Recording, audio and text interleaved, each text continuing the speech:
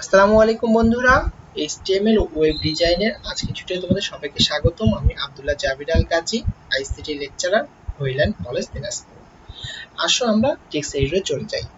আমরা সাবলাইন টেক্সটটি ওপেন করছি। আজকে আমরা আলোচনা করব আনঅর্ডার লিস্ট নিয়ে। সো আনঅর্ডার লিস্ট নেওয়ার জন্য আমাদের কি করতে হবে? প্রথমে গিয়ে ওয়েব ডিজাইন নামক আমাদের যে ফোল্ডারটি আছে ওখানে গিয়ে রাইট বাটনটি কন্ট্রোল নিউ একটি ফাইল নিলাম। নেওয়ার পর কন্ট্রোল এস দ্বারা কি করতে ফাইলটি সেভ করতে হবে।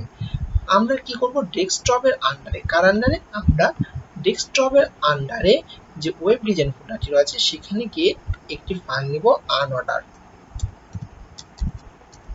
unordered list ডট html লেখার পর সেভ করব। সেভ করে আমরা HTML বেসিক স্ট্রাকচারটি নেই। HTML বেসিক স্ট্রাকচারের হেডের ভিতরে টাইটেলের ভিতরে আমরা unordered লিস্ট লিখে কন্ট্রোল প্লাস সেভ করলাম। দেখার পর বডির পার্টের ভিতরে আমরা কি করব? এখন মেইন কাজটি করব। আনঅর্ডার লিস্টে বলতে আসলে আমরা কি বুঝি? আনঅর্ডার লিস্ট বলতে লিস্ট আইটেমগুলো কি করবে? বুলেট আকারে, অর্থাৎ ছোট ছোট কালো বৃত্ত বা আপনার বৃত্ত করতে পারে বা বর্গাকার স্কয়ার আঁকতে লিস্ট আইটেমগুলো প্রকাশ করতে। এখানে আপনার কি হতে পারে? ডিস্ক আকারে আইটেমগুলো প্রকাশিত হতে পারে, অথবা সার্কেল আকারে প্রকাশিত হতে পারে, অথবা স্কয়ার আকারে। আসলে কথা না বলে আমরা শুরু করি। গত পর্বে আমরা অর্ডার লিস্ট দেখেছিলাম, শুরু হয়েছিল ওএল দ্বারা। এখন আনঅর্ডার লিস্ট শুরু হবে ইউএল দ্বারা। কি দ্বারা? ইউএল দ্বারা। ইউএল ট্যাগের ভিতরে আমরা কি করব? লিস্ট আইটেম নিতে হবে। মনে করি আমরা কি করব? বাংলা একটি লিস্ট আইটেম নিলাম। এরপরে কি একটি লিস্ট আইটেম নেব? ইংলিশ। এবং আরেকটি লিস্ট আইটেম নিলাম আইসিটি। লেখা বা কন্ট্রোল এস দিয়ে কি করব? ফাইলটি সেভ করব।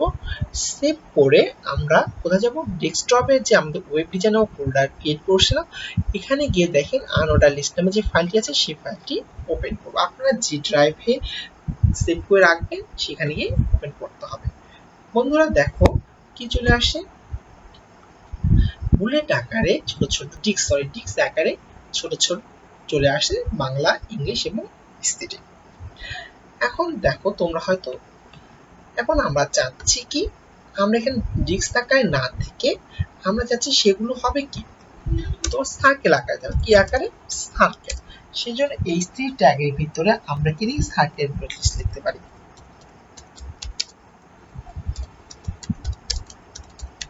Circle bullet list. এখন কি হচ্ছে? সার্কেল আকারে চাচ্ছি। সো আনঅর্ডার লিস্ট লিখলাম। লেখার পর যে লিস্ট আইটেম গুলো ছিল, লিস্ট আইটেম কি ছিল? বাংলা। তারপর কি ছিল? List item English. এবং আরেকটি লিস্ট আইটেম ছিল আইসিটি। কন্ট্রোল এস দিয়ে সেভ করলাম। সেভ করে রিফ্রেশ করলাম। দেখো বন্ধুরা আগের মতো বুলেট আকারে আছে, সার্কেল আকারে আসে।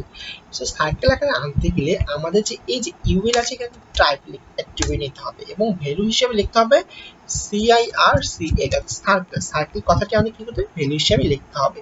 লেখার পর কন্ট্রোল এস দিয়ে সেভ করতে হবে এবং এখানে গিয়ে রিলোড দিতে হবে। দেখো বন্ধুরা তোমার বাঁ দিকে লক্ষ্য করো, বাংলা পাশে গিয়েছে ছোট ছোট গোল আকারে সার্কেল চলে আসে। সো সার্কেল আকারে যদি আমরা কোনো লিস্ট নিতে চাই তাহলে আমাদের কি করতে হবে? আনঅর্ডার লিস্টের ওপেনিং ট্যাগে টাইপ অ্যাট্রিবিউট সার্কেল নিতে হবে। এখন যদি আমরা স্কয়ার চাই সেক্ষেত্রে কি করতে হবে? একটা H3 ট্যাগ নিলাম, কি? Square bullet list. Square bullet list নামে কি করলাম?